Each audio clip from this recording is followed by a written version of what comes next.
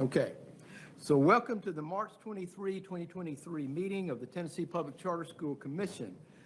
A link to view this meeting was provided on the Commission's website for the public to view our session today. Before we begin, are there any opening comments from any commissioners? Seeing none, Hayden, would you please take a roll call, commissioners? Commissioner Carter. Present. Commissioner Levine. Here. Commissioner Patterson. Here. Commissioner Richards. Here. Commissioner Smith is absent. Commissioner Tucker. Here. Commissioner Tudor. Here. Commissioner Woodson is absent. Commissioner Griscom. Here. Mr. Chairman, there's 7 members present. You have a quorum. Thank you. This morning, the commission will discuss reports from committee meetings that occurred yesterday, as well as other presentations from staff. First, we'll hear a report from the School Performance and Accountability Committee with an update on operations and our authorizer evaluation. Then we'll hear an update on our budget and the authorizer fee landscape from the Business Operations Committee. And following that, we will vote on 3 commission policy updates on final reading from the Rules, Policy, and Governance Committee. At the committee reports, we'll hear staff presentations on open records, New Start appeals, legislation, our strategic plan, and an update from our executive director. We'll conclude the meeting with consideration of 2 new charter agreements for Promise Academy Spring Hill and Lead Neely's Bend. Are there any questions or comments regarding today's agenda? Seeing and hearing none, is there a motion to approve the agenda? So moved. Second? Second. All those in favor say aye. Aye. Aye. No? Ayes have it. Thank you. The minutes of the meeting held on January 27, 2023 have been provided. Does anyone have any edits to make regarding the prior minutes before we proceed? Seeing none, do I have a motion to approve? So moved. Second? Second. Any discussion? All those in favor say aye. Aye. Opposed, no. Ayes have it. Let me pause because I mentioned this yesterday during our committee meetings, but to officially welcome Commissioner Tudor, Commissioner Carter, and the reappointment of Commissioner Levine to the Public Charter School Commission. They have now been confirmed by Tennessee General Assembly, something that I think they thoroughly enjoyed and look forward to doing again in about 5 years. But welcome, we're glad you all are here and a part of this body. In accordance with Commission Policy 1.200, we've reserved time for up to 30 minutes for public comment at this meeting. Hayden, can you please introduce any of the individuals who may have registered for public comment? Mr. Chairman, there's no one that is registered for public comment. Thank you for that update. So we will now move to our committee reports. We'll hear from their School Performance and Accountability Committee. I'd like to recognize Commissioner Chris Richards to introduce these items. Thank you, Chairman. At the School Performance and Accountability Committee, the committee heard updates from staff concerning the Commission's school operations and our authorizer evaluation. I would like to recognize Beth Figueroa to present the report to the Commission. Good morning, thank you. During the SPA committee meeting yesterday, we had a really robust conversation regarding LEA and school operations updates. The presentation covered upcoming changes to our data structures, as well as we prepare for TISA and testing and assessment updates. Third grade retention and remediation are on the top of people's minds these days, and so we took a few minutes to discuss the impacts of third grade remediation requirements, as well as the multiple paths for fourth grade promotion. Staff presented on KIPP's interim review, as they are within their 5th year of operation. And at this time, KIPP is on track for renewal in all areas. That includes academics, operations, and finance. In addition to KIPP's interim review, staff continues to work toward our upcoming renewal process for Lester Prep and Promise Academy Spring Hill. And we are actively working through Bluff City High Schools as they work through their plan of correction. Staff then presented pre-opening updates, and at this time, all of our schools that are going through that process are on track. And lastly, site visits were discussed. Staff was happy to share a lot of strengths that we've seen as a part of our site visits, and this includes that our students are actively engaged, that our schools have positive intervention systems, and that they have robust internal assessment data. We are continuing to work with our schools on challenges such as chronic absenteeism and staffing, but again, we are working with them through that. In addition to these LEA and operation updates, we also discussed our authorizer evaluation that we just concluded. The commission was awarded a 3.9 out of 4, which represents an exemplary score, and it's the highest rating among all authorizers in the state. While we received this recognition from the state board as it relates to our use of best practices, staff is going to be continuing to work towards the area of focus that were identified as we work towards future evaluations. Thank you. Thank you, Beth. Ask you if you have any comments you'd like to make as the chair of the committee, the report that was delivered. No, sir, I'll ask my other committee members if there are any comments. Nope, that's our report. Thank you. Our next agenda item is a report from the Business Operations Committee. I'd like to recognize Commissioner Carter for this item. Thank you, Mr. Chairman. The Business Operation Committee discussed the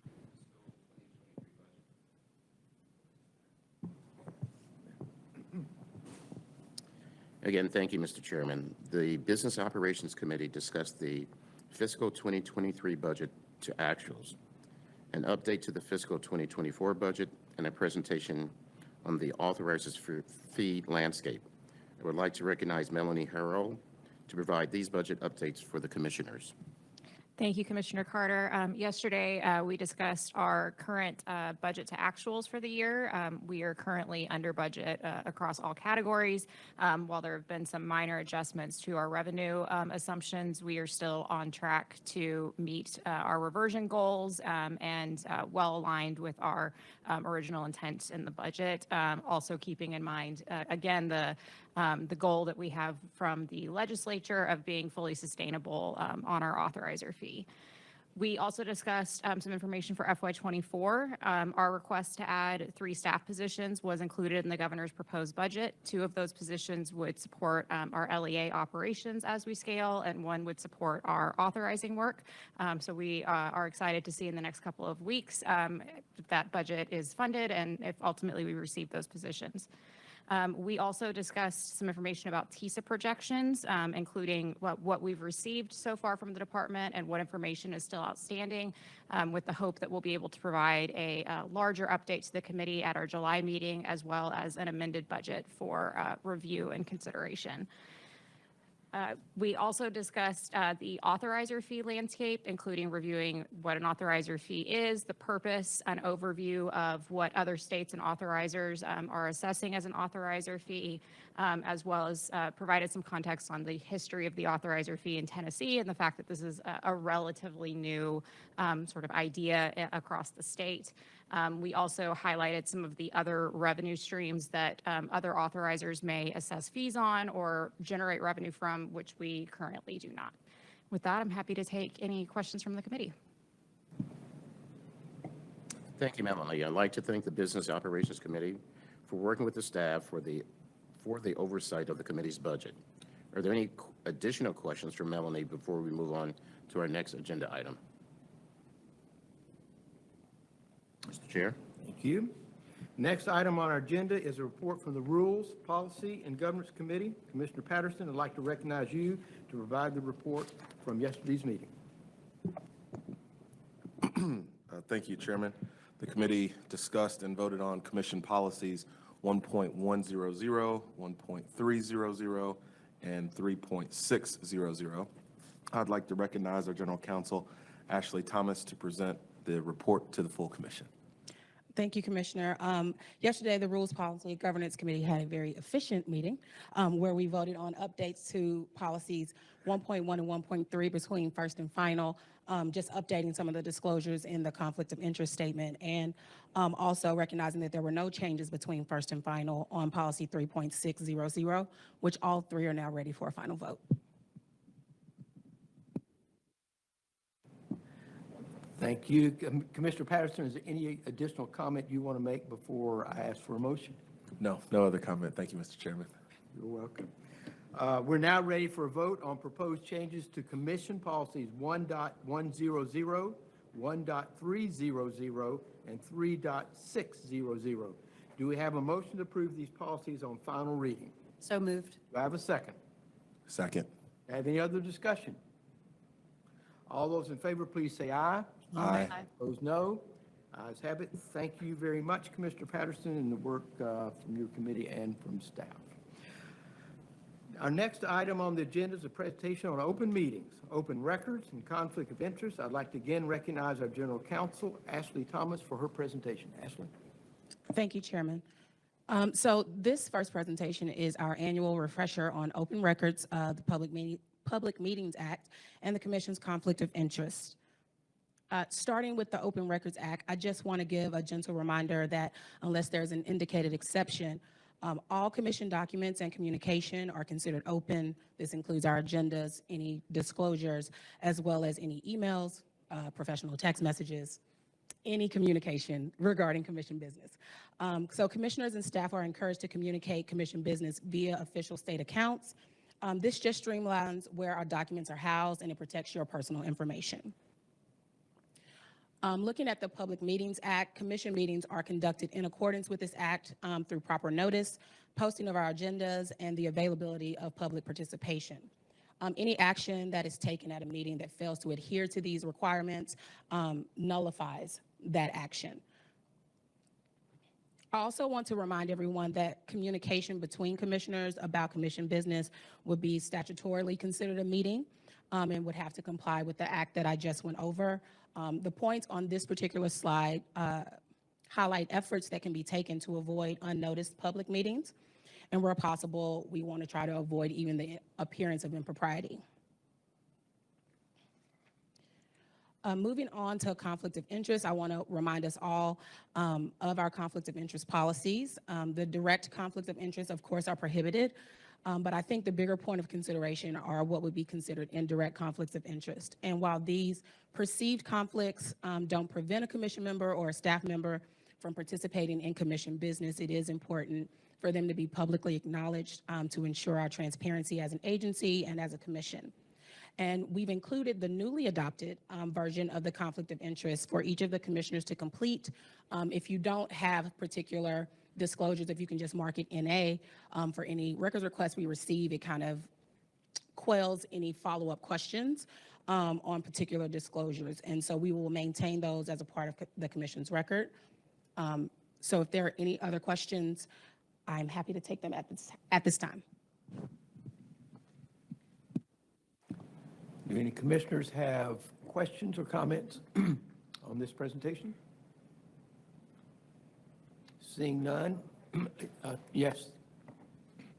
This is Tess Stovall. I also want to note that appreciate the commissioners who have reached out to both Ashley and I in the past. If you have questions about things that come up or new disclosures, really appreciate that. We are in the business of wanting to support and transparency around our work. So please note if you ever have something that comes up that we need to additionally disclose or that you're just not sure if you should disclose it, please reach out. We want to help and support that. And we've had commissioners update conflict of interest disclosures after they completed this original one, and we're happy to facilitate that.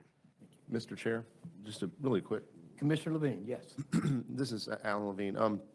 I know I put on my disclosure that I'm on the board of SCORE. Of course, that's been reported widely on the news. I want to make it very clear for the record.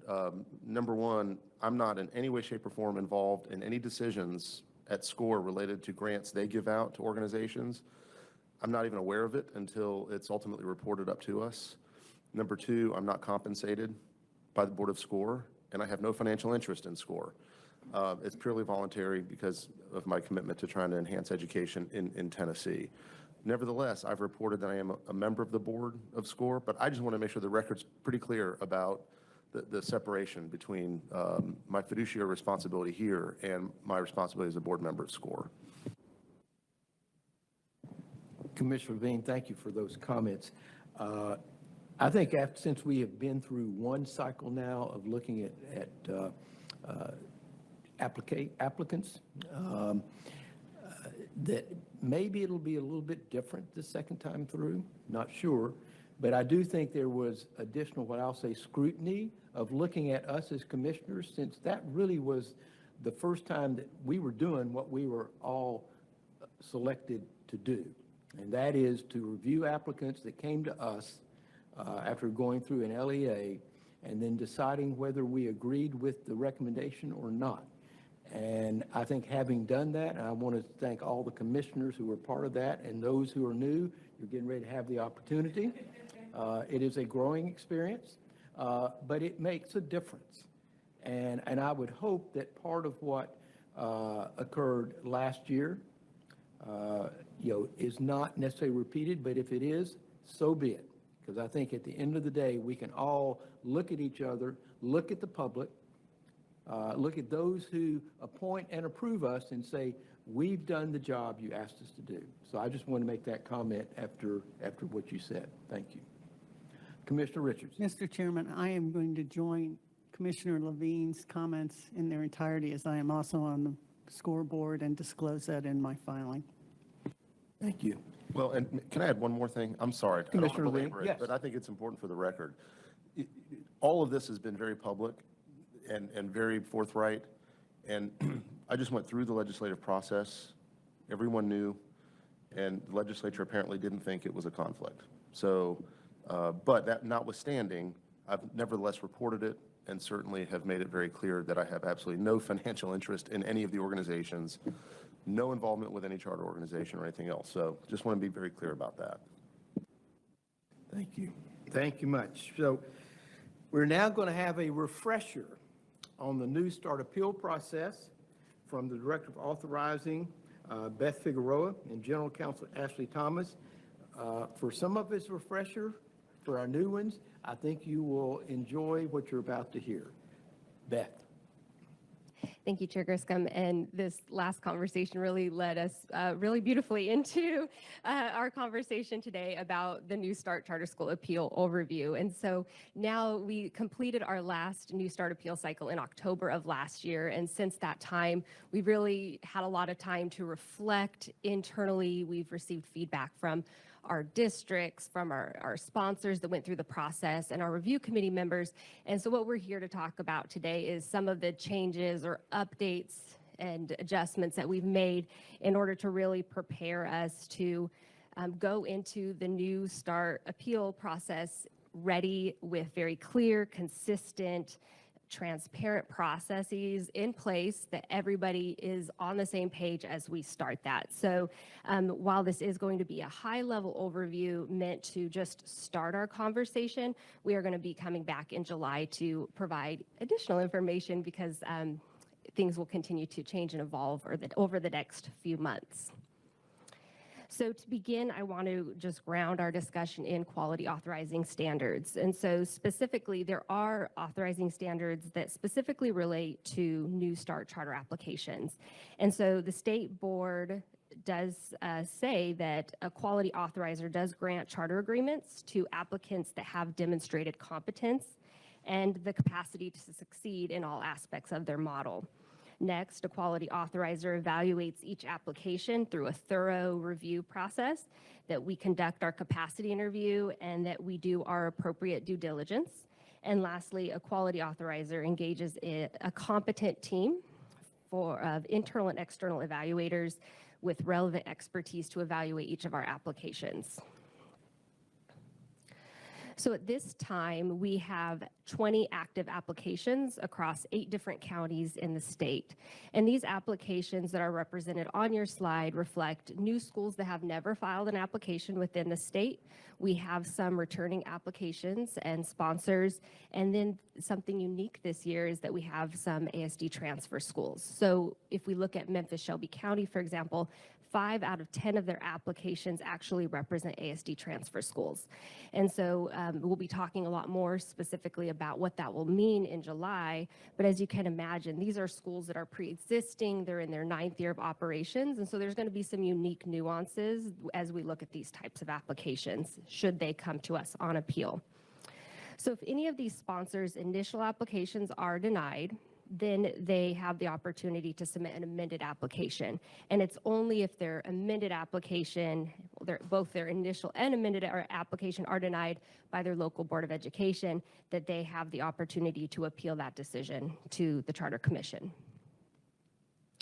So before taking that deeper dive into what the different components of the New Start appeal process are, we want to begin by just kind of illustrating what all the different parts of the appeal process consist of. So the charter application cycle began back in December 2022 when the sponsors filed their letter of intent with their local district. And since that time, those applicants have actually filed their initial application. So our districts throughout the state are in the process of reviewing each of our schools' initial applications. So LEAs typically vote on those initial applications in April. Then the applicants have the opportunity to amend their applications, and then the local school boards will be voting on those amended applications in July. The amended application that was submitted to the district is the foundation of the commission's review. We're really going to be talking a lot about that today, that amended application being our foundation.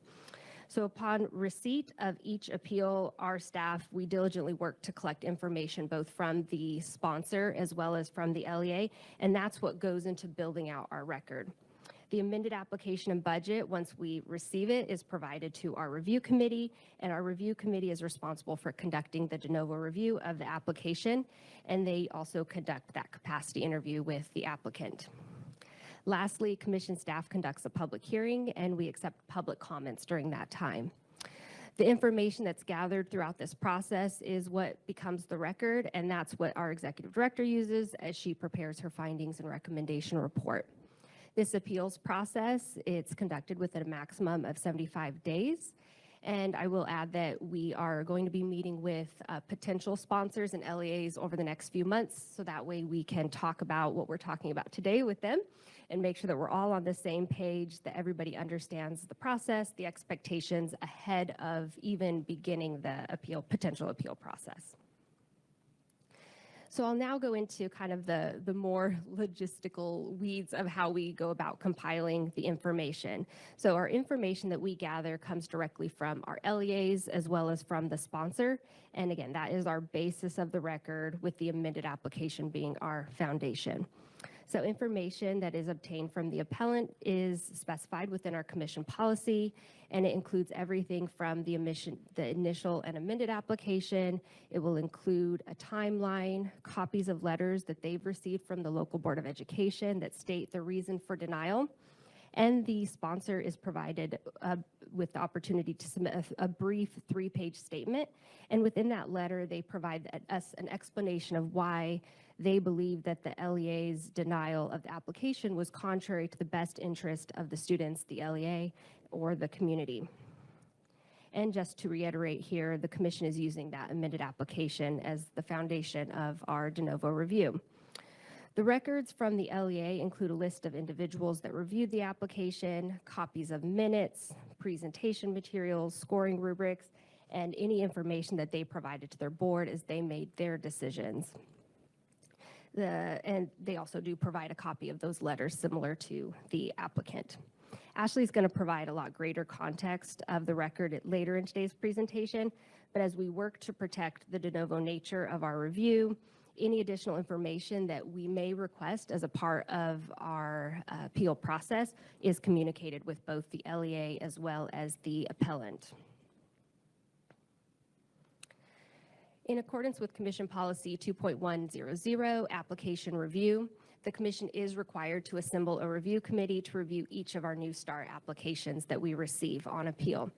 In order to ensure that we have a rigorous approval process, review committee members are assembled with a variety of expertise, that we vet them, we make sure that they're free of any conflict of interest. And it's also important that we assemble these review committees in a manner that reflects the geographical and community considerations where they are applying. Additionally, review committee members are trained prior to commencing any of their reviews of applications.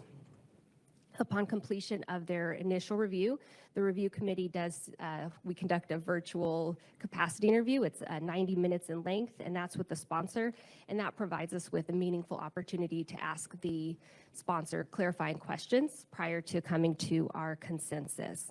So once that consensus is met with the review committee, we provide a report to the executive director, and that's reflected in her recommendation that goes to you all. To protect the de novo review, we do not tell our review committee members what the results or the reasons for denial were from the LEA, because that's what allows them to have their fresh eyes as they review the application. So that really protects that de novo review. Next, jumping into the public hearing. So the public hearing is a really important step within our process because it allows staff to hear directly from both the LEA and the sponsor as it relates to their proposed school.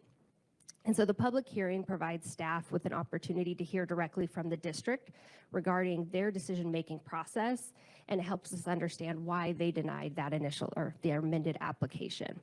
In accordance with statute, Tess, our executive director, presides over each of these public hearings, and these are held within the district boundaries that the school proposes to locate. During each public hearing, the sponsor of the school and the local board of education, they're both given the opportunities to present opening and closing statements, and then our executive director asks both parties questions. There's also time dedicated during the public hearing for public comment. And this is a really meaningful part because it allows members of the public to demonstrate their support for the school, or for us to hear from the community why maybe they're in opposition for that school locating within their district. The public comments also help confirm whether there's sufficient community support to affirm the applicant's ability to meet their enrollment projections. It's really important because if you have a school, then you don't have students that enroll, then the school can't be successful. A summary of the public hearing and the comments that we receive through that public hearing process are included within the executive director's recommendation, and we do provide a recording of this meeting in your guys' records. So now comes kind of the fun part. So we recently updated our guidance documents, as we mentioned, because we want to make sure that there is additional clarity, transparency, that everybody knows as we get started what this is going to look like. So this coming fall, the commission will be hearing our third round of New Start appeals. Last year we had a lot of them, so it was quite a lift, and it looks like that's probably what's going to look like from this point forward. So while we believe that our prior year process ran very smoothly and it was aligned with those quality authorizing standards that we talked about, we are working on making updates to incorporate the feedback that we've received to make it more clear, transparent. So these changes have been codified within our guidance document. In today's conversation, I would like to name 3 specific updates that we have made in order to make this process more clear. So first, within the guidance document, staff sought to seek additional clarity related to, or provide additional clarity related to public comments at both public hearings as well as our future commission meetings. So specifically, we have extended the amount of time for oral public comments at the public hearing to ensure that both LEA and appellants receive 10 spots to speak in favor of approval of the application, or there will be the 10 spots to affirm the local board's decision to deny the application. When making a comment, the individual will be asked to state their county of residence and their affiliation with the school and the district. So that might include, I'm a prospective parent, I'm a community supporter, so on and so forth.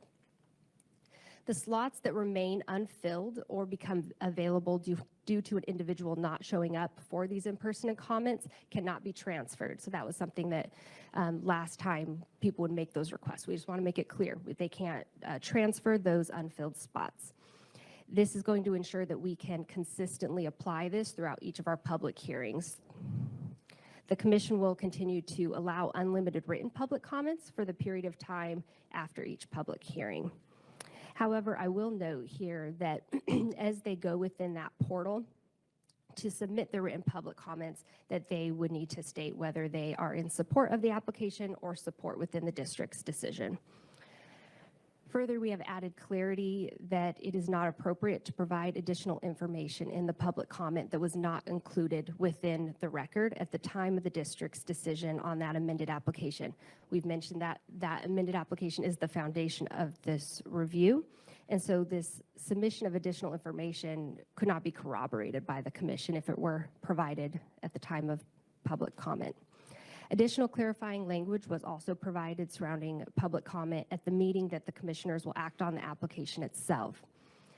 And so because the official record of the New Start appeal is closed prior to the commission meeting, public comments are reserved for comments related to commission business and should not be used by the sponsors, the LEAs, or supporters of either side to add additional information to the record that was not presented and vetted as a part of our appeal process. This clarifying language was added to protect that de novo review and our process for compiling the record. Appellants and LEAs will continue to be provided up to 2 minutes to speak, or they can provide that one-page written comment that will be read into the record. In addition to addressing public comments, our updated guidance document codifies how the commission will handle capacity interviews for sponsors with multiple active applications. Last year, we had a few different networks that had multiple applications, and so we held a combined and extended capacity interview for sponsors, and we found that this was very beneficial for both the sponsor as well as for our review committees. When combined, capacity interviews are designed to permit time for questions related to the sponsor's capacity, as if they have multiple applications, they may potentially have a network that begins suddenly. And then we also provide time for questions related to each specific application. Lastly, staff has incorporated clarifying language regarding the de novo review process and our steps for compiling the record. And so I'm going to pass it to Ashley now, and she's going to provide more information regarding these items. Thank you, Beth. Like she said, I just want to go a little deeper into the commissioner review of the record. Just again, reiterating that the foundation of that record is the amended application. So to start with the statutory charge of the commission, it's specifically 2 parts. It's to hold an open meeting in the LEA where the proposed charter school submitted its application. And the staff really takes care of that by going to have the public hearing where the school is looking to open. And then the second part is to conduct a de novo review on the record of that amended application. After that review is conducted in the public hearing, the commission can approve the application if it meets or exceeds the metrics outlined in the department's scoring rubric, and if approval of the application is in the best interest of the students, LEA, or community. I wanted to highlight the "and" because both prongs have to be met to approve that application, for the commission to approve that application. Going back into on the record, I think this is a great time for us to really ground ourselves in what's considered a part of the record that will be presented. I apologize, let me go back. I want to take a moment and dive into the de novo part of the review process. In its simplest form, de novo simply translates to from the beginning. For our appellate process, this instructs the commission to review the amended application with fresh eyes, and all decisions made by the commission are based upon the information that's presented throughout the appeals process. As a part of the due diligence that Beth mentioned earlier, the commission staff, we work to compile a record that accurately shows the position of both sides. We try to make sure that you all have the information you need to substantiate the claims that are in that amended application. We acknowledge that there is an evolution as operators continue to work to try to better themselves to be able to open in that coming fall. But to be fair to the districts as well, we want to make sure that this was something that was considered by them in their decision, because really what you're reviewing is whether or not the local district was correct to deny that. And so if there is a material change from what's in the amended application, it stands to say that the local district probably should have had the first bite at that, the first consideration of that, because your process is really appellate rather than the initial review. So going into the record, the listed items on this slide create the record that is reflected in the executive director's recommendation. The executive director and the staff, we work to ensure that, like I said, that the record substantiates the amended application. And so along with the executive director's recommendation, the commission staff, we try to present you all with the full commission record. It's based on this record that the commission should evaluate the 2 prongs of the statutory charge, again, that being whether the application meets or exceeds the department's rubric, and if that approval is in the best interest of the students, the LEA, or the community. Again, just to reiterate Beth's point, I would say any information outside of the listed items on this particular slide should not be considered in your decision. It's important for the integrity of the process that only information that has been fairly evaluated from both parties form the basis of your decision. And again, I just want to reiterate that Beth and I, as well as Tess, were free to chat with any commissioner about any question, about anything we've presented today or anything that may come up for you as we begin the New Start cycle. Unless there is further discussion, or Tess, if you have anything to add, I will turn it back over to the chair. Well, Beth and Ashley, thank you all for this update. It's a great reminder for those of us who've been through it. But let me sort of highlight a couple points that y'all made. I appreciate the recommended changes, because I think it is reflective of conversations we had after going through the first time. So thank you all for that.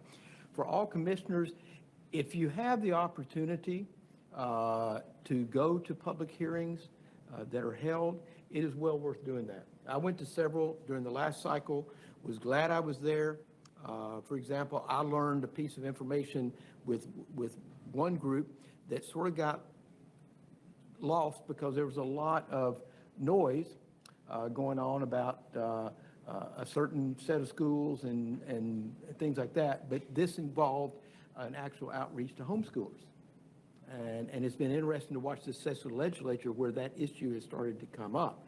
So if you're able to go to a public hearing with some of these, it's well worth being there, because you also then get to see real time the people in that community and what appeal really is there to do this. Or is it somebody just coming in saying, we want to do this, but you don't feel that, drive within the community itself that this is something they want to do. So those are really worth doing. When you look at our schedule in October, I think we've talked about this. We've got a full schedule, and so we're going to use both those days for these hearings. So our committee meetings are going to be held virtually to give us time for those 2 days, because right now we think we may have 20 that we're looking at. Don't know. But it may win its way down as it did last time, where some decided not to go forward. But I just wanted to share those comments, but really reinforce, if you're able to go to any of these public hearings, it is really worth doing, because you just get, I think, a very different feel. The record that's presented to us is well done. So don't get me wrong. I think it is well put together. But and you can watch videos, but there's something about being in that room. And the last thing I want to highlight is this. We had some criticism, last October that, it was like a race to fill up. It reminded me of the United States Senate, where somebody wanted to fill up the amendment tree so nobody else could have been. And so we had X number of spots. And so one group might be much more efficient and they'd fill up all the spots. And so we decided, at what you've heard here, is it ought to be fair. And so therefore, each side has an equal number of spaces. And if they don't use them, they go away. But that makes sure that all sides have an opportunity to be heard. And it isn't, I'm racing out there.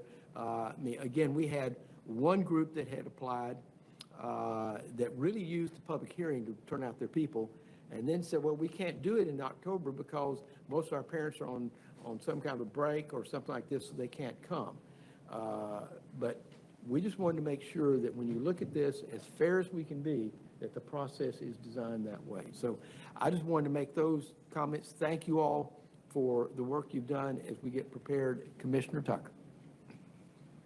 Thank you. I have sort of two separate things. So the first thing, I heard about the guidance, and I heard the change to guidance and what the record is, and I feel like this is coming out of an appeal that, or at least related to a challenge that we had in the last cycle with an appeal where new information came up for that sponsor. And I think those of us, I don't even remember if you guys were here yet, but those of us who were on this commission at the time had real heartburn, because it wasn't the reason they were denied by the district. Like, the district had their own reasons for denial, is my memory.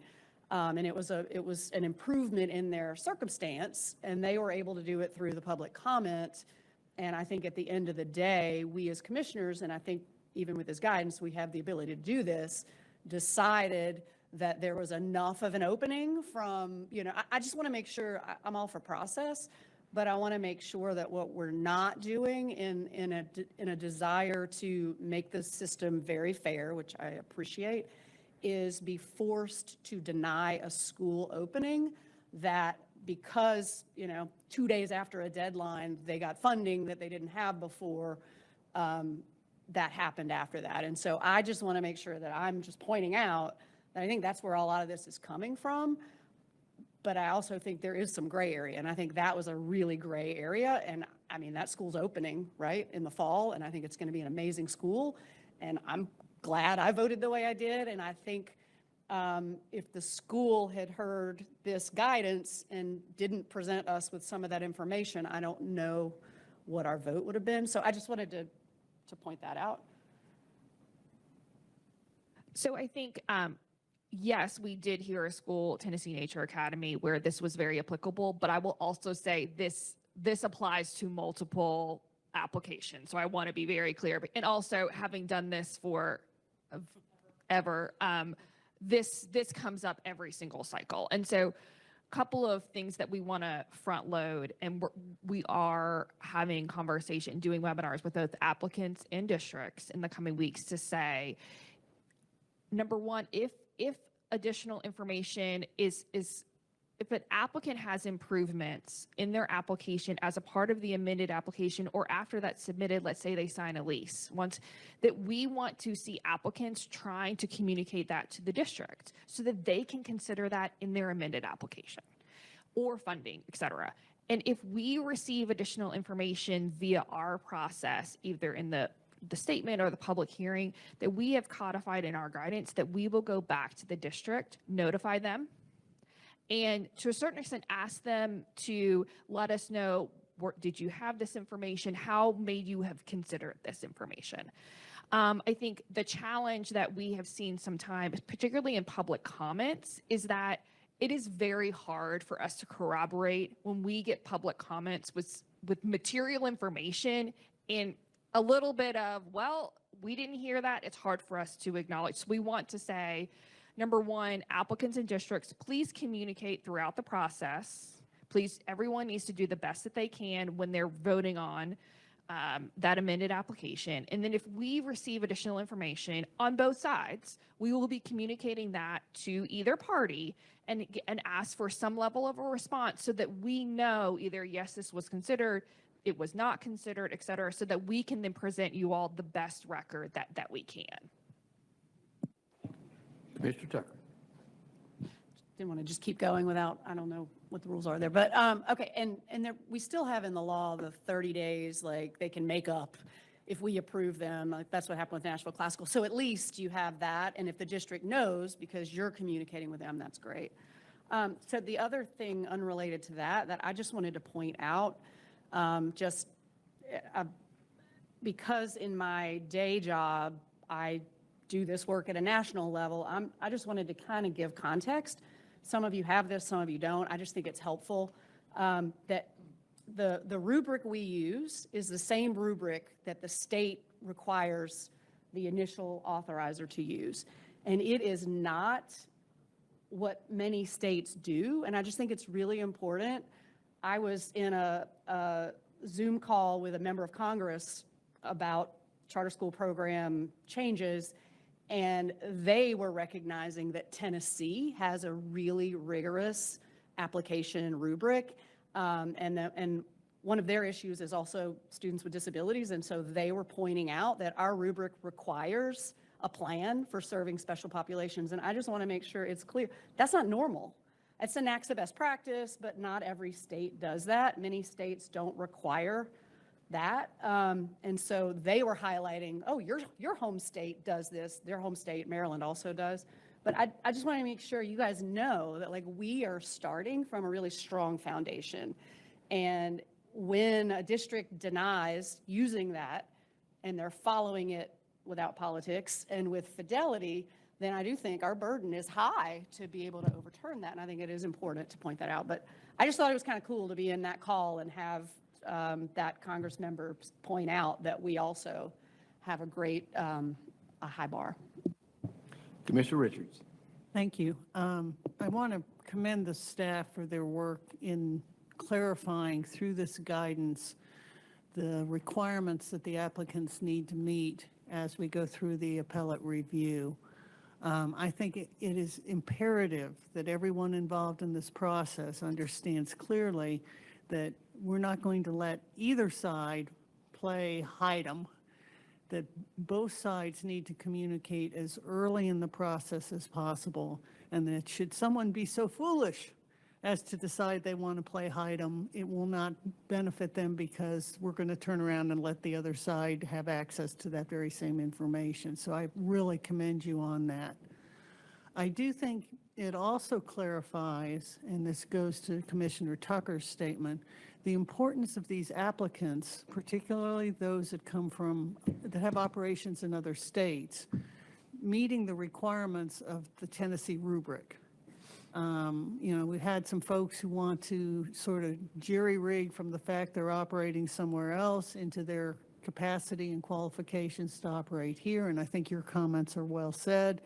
They may not meet our high standards in our rubric. So it's important as we start with them, if these are organizations coming from out of state, that they be told early and often, you got to meet the requirements of the state of Tennessee if you want to operate in a county in Tennessee.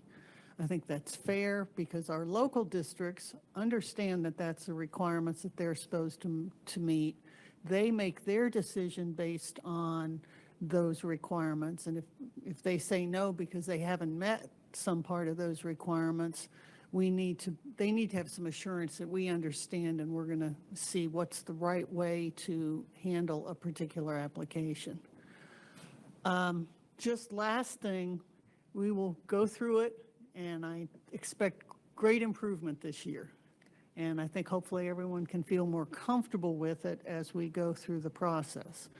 That being said, I encourage you as a staff and the commissioners to keep on the lookout for things that we might want to improve if we have issues that come up that we don't expect. And I do agree we need to encourage them to update things that happen post the process getting started because this is, it's 75 days and things change and they may get a lease. And of course, one of our core concerns is do they have a capability to provide a facility? So that is a very material thing. We've had folks who've added staff in key areas, and absent adding that staff, they don't have coverage, and we're reluctant to go forward if they don't have support in those areas. But I think that they need to hear early and often. You need to bring your information as quickly as you can. You need to share it with the LEA, with the applicant with the LEA, and that we are going to hear everyone because what we are trying to do is get to the best decision within our mandate. But also, everyone who comes before us should feel they were treated fairly. And that's what we want to create a record that shows. And I really appreciate y'all's work. Commissioner Levine. Yeah, the other side of that discussion is the school districts themselves. Because I think if you remember when we first started down this path, the letters we would get from them were sort of standard, we don't like charter schools and, all the standard arguments, none of which went to the actual application before us. And I think initially we sent a pretty strong signal that we're not going, we really do want to know from the school districts why they think we should not overturn the decision they made through their process and that we are listening to them. In fact, more times than not, we agreed with them. So I think those who early on chose to just, effectively throw a temper tantrum, learned hopefully that we're serious about doing this right. And we did see it get better as we went through this process more and more. I think school districts started to get more serious about realizing they have an opportunity to make their case. So I think it's important that we make sure we send the signal to the school districts. Don't send some bland letter about why you don't like charter schools, because that's the policy decision's been made. What's before us is there's an applicant, there's an appeal, and we've got a process and a rubric to follow, and we're going to follow it. So if there's something in there you think you can bring evidence to us for consideration, I think this board has demonstrated it's certainly willing to listen to it and frankly, give a lot of credibility to the school district if they take the process seriously. So I think you all can tell you really have hit something for us that's most appreciated, and we're all looking forward to October. Thank you. Our next agenda item is an update on legislation, and it has been a very active, I mean, if you think about legislation, you know that you've arrived when you got a whole bunch of bills coming at you and trying to figure out how to deal with them. So I will say, we've had a whole bunch of bills during this session, and they're still in session. So our Director of External Affairs, Hayden Pendergrass, is going to give us an update. Hayden? Thank you, Mr. Chairman. This morning, just want to give you a brief update on a number of legislative items we've been tracking this session. First and most importantly, I'm happy to report that our sunset bill extending the commission until 2026 has passed both chambers and is headed to the governor for his signature. Likewise, as you mentioned at the beginning of the meeting, the confirmations for Commissioners Levine, Carter, and Tudor all went as smoothly as we could have hoped for, and their resolutions are also in front of the governor. Our budget presentations before the House and Senate also went well. The 3 positions we requested were included in the governor's initial budget proposal, and we're expecting to see the amended proposal in a few weeks. Once it's released, we'll update you on any changes that affect the commission or our schools. The governor's administration has a couple big pieces of legislation that affect our schools that I want to highlight briefly. Tess touched on the summer reading camp legislation yesterday, but I wanted to mention it again. The bill extends the learning camps indefinitely for all grades, allows for additional instruction for students entering kindergarten through 3rd grade, and allows LEAs to prioritize students entering 9th grade. It passed the House yesterday morning and is now headed to the governor for his signature. Another big initiative from the governor's office that's had a lot of discussion is his school safety bill. It establishes various reporting requirements for LEAs and charter schools, including the development of school safety plans that must be submitted annually to both the Department of Education, the Department of Safety, and local law enforcement. It also allows for state and local law enforcement to inspect doors and entrances to school buildings and set certain requirements for school buildings built or remodeled after the law takes effect.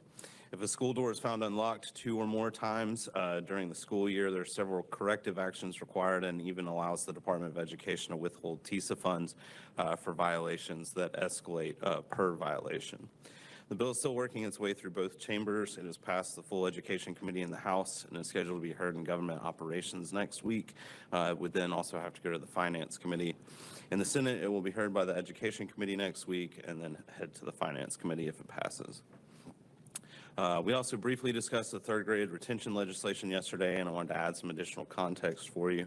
There were a number of large number of proposals filed at the beginning of the year, but it appears a consensus bill has emerged. The most recent amendment would allow a student who scores in at least the 50th percentile in the most recently administered benchmark assessment to be promoted to the 4th grade if the LEA or charter school agrees to provide tutoring services for the entirety of that student's 4th grade year.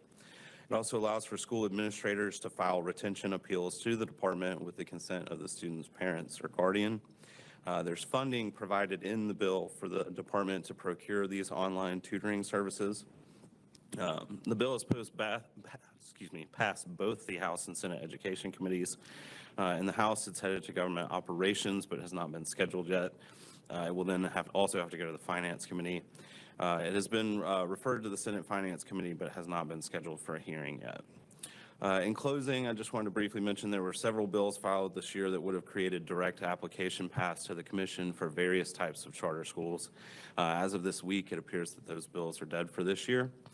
The final meetings of the House K-12 Subcommittee as well as the Senate Education Committee are next week. There are a number of bills I'm still monitoring very closely, and we'll keep you updated as session starts to wind down. With that, Mr. Chairman, I'm happy to take any questions. Are there questions for Hayden? One of the things I hope commissioners realize yesterday on the safety piece he talked about, NCP and the 2-door system they have set up, which they have, if I remember right, at all their schools. I expect this is what they'll do at RCP. But that was, it was great to see that. And I know that the governor and others have seen the way that they have the safety set up there. So I just wanted to highlight that because that was part of the tour yesterday, and to see that type of a setup that really does deal with the safety of students and faculty and people in that building. Commissioner Tucker. Thank you. Hayden, I know that the speaker had a caption bill that he then amended to propose refusing federal special education in Title I dollars. And then, just based on media, then that became a bill to have a committee to discuss whether Tennessee should refuse federal special education in Title I dollars. Can you tell us this? I think that was House Bill 1249. Can you tell us the status of that, please? Yes, that's correct. That bill was sent to the General Subcommittee in the Senate, so the bill itself is dead, though from discussions with both the House and Senate, it appears that the speakers have the authority to appoint an ad hoc committee on any subject they would choose. So I believe that is the route they're going to take, that would not require a bill for them to appoint this committee. Commissioner Tucker. So I'm just going to get on my soapbox for a second on this. I know you're surprised by that, Mr. Chair. There's a significant chance I will not be on this commission when that committee happens. And so I just want to, just for the record, probably making that an even greater chance that I will not be on this commission by saying this. But I just want to make clear that if that were to happen, and this state would deny federal special education dollars, what that allows the state to do is not follow the federal special education law, Individuals with Disabilities Education Act, which is the act intended, when followed, to provide students with disabilities free and appropriate public education, because that is a it's a spending bill. So if you do what you're supposed to do, you get the money. So they can deny that money. No state's ever done it. It's a couple $2 billion, or close to a couple $2 billion. Regardless, that is I guess that's the impetus for denying the dollars, so that you don't have to follow that law and you can do it, I heard, I guess, the Tennessee way. So I want to point out two things about that, because if it does happen and I'm not here, I want you guys to know these things. One, the Tennessee way hasn't been great for kids with disabilities. If you want to look at the data in this state, even with the IDEA, on how students with disabilities are performing, when research shows that 96% of them should be able to be on grade level with their peers, they're not. And so the Tennessee way hasn't been fabulous. And the second thing I want to point out is that what appears to be, I guess, not being thought about in this proposal is that there are two civil rights laws that students with disabilities are protected by, the Americans with Disabilities Act and Section 504 of the Rehab Act, and both of those allow families to go directly to federal court instead of having to go through administrative procedures that the IDEA provides. And I will guarantee that if this state decides not to take the IDEA dollars and not follow IDEA, I will be the first lawyer to file the lawsuits on behalf of any kids with disabilities who are punished as a result of that. So that's what I have to say about that. But I just want to make sure this commission knows, because our rubric requires a plan for kids with disabilities. And unless the rubric changes, if this happens, kids with disabilities are still entitled to a lot under the law, regardless of what happens with this plan. Mr. Chair? Commissioner Levine. Just a question. First of all, I commend the commissioner, because she's been consistently an advocate on this commission for children with disabilities. And I'm not all that familiar with everything the legislature is talking about with respect to the federal funding, but am I correct in when I ask this question, am I correct in assuming that just because the state chooses not to take that funding doesn't mean this commission cannot have its standards for the schools? I mean, we can establish standards that go beyond the federal standards if we want to. So I mean, again, just bringing it back to what our responsibility is here, because anything the legislature does outside of here is not our policy decision to make, it's theirs. But just because they do that doesn't mean we have to reduce our standards for the schools that we seek to approve or not approve. And that's as much a question as it is a statement. So Tess, let me ask you or Ashley from a staff standpoint first to respond. I think what I would say is yes. Yes. Thank I mean, we are required in establishing our monitoring procedures, our oversight procedures, et cetera. So we will continue to do that. And, again, there are places where we have higher monitoring and oversight in areas where other districts don't, and that's a choice that we make. So. And if this changed, it would require an action coming back to the full commission to change our process and procedures. Is that correct? Yes. If this is implemented in the future, we would have to review our staffing, our policies, our procedures, and bring things back to you all for amendments, changes, et cetera, for a vote before you all, because we have significant policies and procedures that are in these areas. And my point being, it would take some action for us to step away from where we are today, correct? Yes. Thank you. Commissioner Tucker. And I appreciate that, and I have zero doubt that would be your answer. And this staff has shown, and this commission has shown an unwavering commitment to students, all students, including students with disabilities.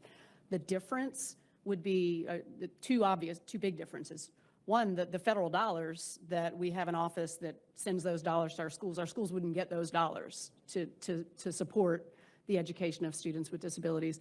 And the second is that parents wouldn't have the legal due process rights that they currently have under the Individuals with Disabilities Education Act. They wouldn't be able to file for an administrative due process hearing, demand mediation, all of those things. They would have federal court access under the ADA and Section 504, but they wouldn't have the same legal rights under IDEA. And I don't want to speak for the lawyer here, but as a lawyer. Commissioner Richards. I would just ask, the Supreme Court recently ruled in a case, within the last couple weeks on this whole issue.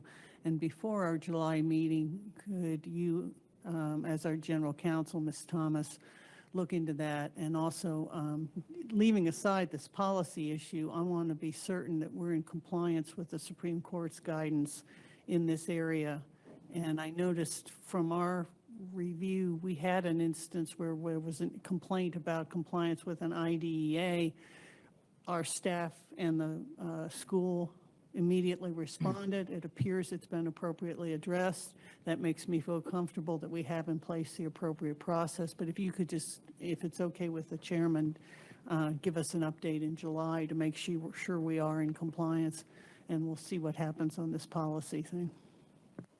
Thank you. Any other questions? Hayden, you can see there's a lot of interest for what you're doing every day in your spare time. So thank you.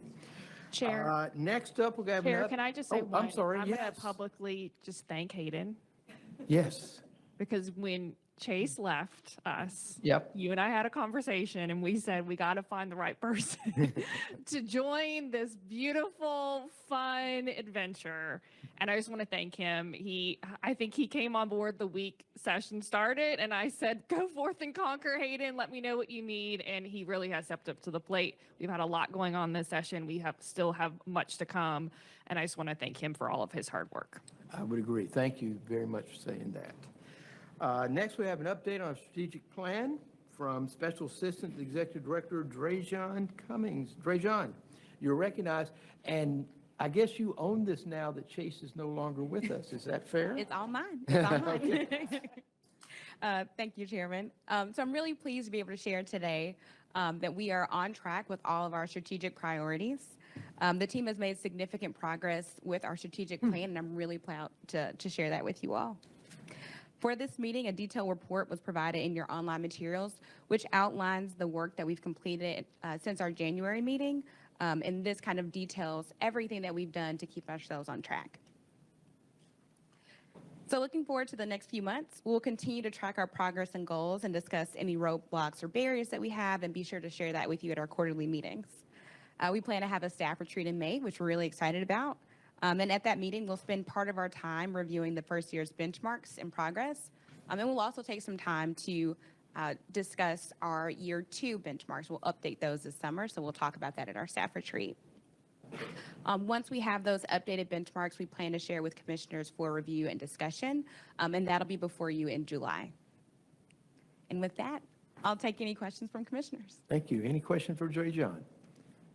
Thank you very much. Thank you. I think Chase could be proud of you.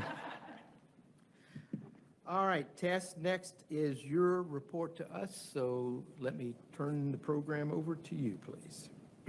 Thank you very much. I am excited to share some updates that we haven't touched on, or just things I want to highlight for you all as a part of this meeting. So first, one of the updates within your packet was just a reminder about our upcoming term limits for commissioners. As you all recall, when the commission was established, the initial terms were staggered in order to effectuate when people were appointed for the next term, that it would be a 5-year term. So we do have 3 commissioners whose terms would end June the 30th of this year. We then have 3 additional commissioners whose term would end June the 30th of 2024. We will be in communication with the governor's office and their boards and appointments office to understand where they are in terms of appointments. We'll communicate that with you all as we know it. Additionally, I did want to note that we do have a special called meeting that is held right now in May. That would be to, number one, if we have any appeals that need to be heard. I think the answer is we don't. But secondly, I do want to let y'all know I'm going to hold that meeting until session is over to determine if there's something that we need to act on prior to July. If there's nothing we need to act on, we will be pulling that down from the meeting. And the last important note that I wanted to make is that, as Commissioner Richards shared, there was an IDEA complaint that was filed against one of our charter schools. And as the LEA, we were the entity that was notified, as well as the entity that had to work with the department on both responding to that complaint, as well as the corrective actions that were issued by the Department of Education. Ashley Thomas and Kelly Croneman both work directly with the department, as well as work directly with the school. And so I do want to recognize Kelly, who can give you all a brief overview of the complaint and the corrective actions that were taking place. Thank you, Tess. So at a high level, essentially, this complaint alleged that there was a failure on the part of the school to ensure that all teachers were aware of their specific responsibilities to implement specific students' individualized education plans, or IEPs. We did our own district level investigation, working with the school to gather documentation, discuss their policies and practices. And based on our district level investigation, we determined that there wasn't a systemic instance of this, that this really was isolated to one incident where a teacher was not provided with specific IEPs for students that were under her care immediately after requesting them. So we provided our response, including the evidence that we had gathered, to the TDOE, and they had a finding similar to us that there was one instance where this had occurred. We worked with the school. The TDOE gave us some corrective actions, which involved working with the school to develop a plan to ensure that all teachers are aware of their specific responsibilities to implement specific students' IEPs. And we provided training to the school to ensure that everyone at the school, we talked with all staff members, were aware of their responsibilities related to this. Even though this was one specific incident, we recognize that there is an opportunity here for us to adjust our own district level procedures. Even though we already had a piece of our procedures that addressed this, we wanted to make sure that it was very, very clear to all of our schools that no matter if it's a teacher or an operations staff member or a registrar, that anyone who has any role in implementing a student's IEP is aware of what their responsibilities are, and especially when we're thinking about teachers or substitute teachers or those responsible for providing student instruction, that they know every single student in their class who has an IEP and exactly how to implement that IEP with fidelity. So we updated our district level procedures, created a template for schools to use to have teachers sign that really spells out very clearly their specific responsibilities related to this, this part of the IDEA. And making sure that they're aware too that it's not just a beginning of the year thing, that they know who in their class is coming in with an IEP, but that they're staying up to date with any changes that are made throughout the year, including students who have been found eligible mid-year or students who have meetings where there are new adjustments to their IEPs. So we've really taken this opportunity to strengthen our procedures in this area. And at this time, we've completed all required action items from the department, and the case is closed, so to speak. So I'm happy to take any questions that you may have at this time. Mr. Tucker. I don't really have a question. Kelly and I spoke about this. I just wanted to make sure, again, since this is my world, districts don't usually respond like this. This is the ideal way to respond to something like this, and it is very, unfortunately, common for key members of a student's IEP team to not get the IEP, at least not early, but to get it late or to not have it, or the IEP changes, or there's a behavior plan that's attached, but it's not attached. And so this response, while I know it was time intensive and, staff intensive, will reap benefits across our entire district. So I just want to applaud you guys and make sure. So an IEP is the student's current levels, their goals, their services. Like it is the student's educational plan. And so if teachers who are supposed to be actually helping the student reach those goals don't know what they are or don't know what the services are, then it all falls apart. And so you guys handled this, like, if I had written a script on how to handle it, I couldn't have written it as well as what you did. So I just want to give you credit. And if the IDEA goes away, I'm here in the state, I know you're going to do the same stuff anyway. So thank you. Thank you, Commissioner Tucker. Any other questions? Okay, thanks.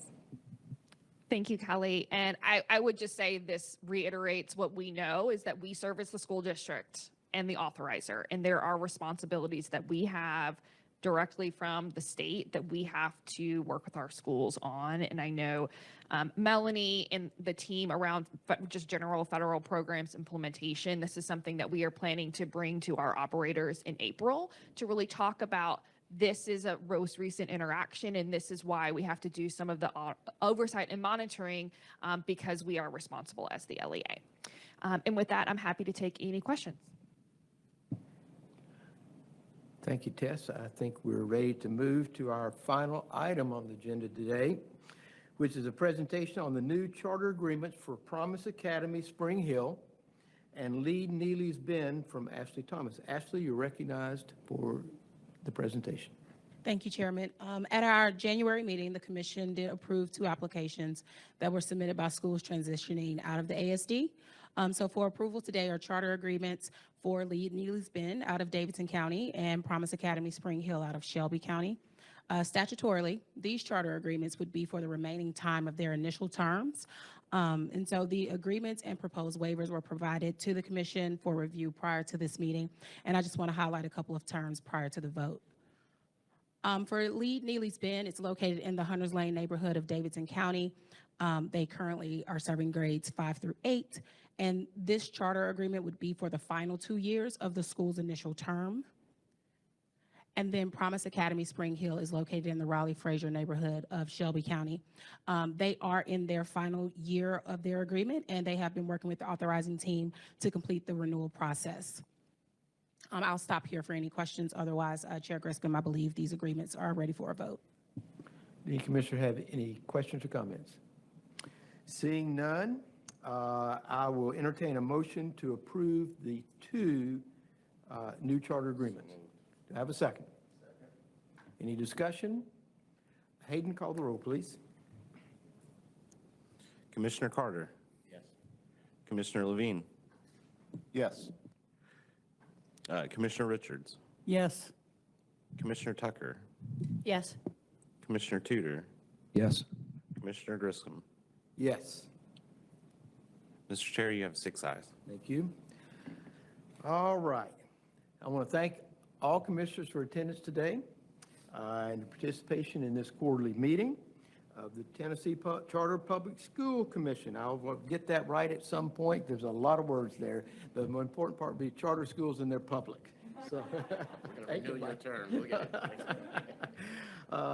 And I want to thank commissioners and particularly the staff for all the work that you put in and for the presentations and the continued leadership that's being provided that I think helps Hayden as he goes and talks to members of the legislature to sort of point to the things that we're doing as a commission. I would like to see if any commissioner has any last thoughts to share with the group before I entertain a motion to adjourn. I'm doing what Looked at Wendy me did yesterday. first. I'm doing what Wendy did yesterday. So, do I have a motion to adjourn? Do I have a second? All those in favor say aye. Aye.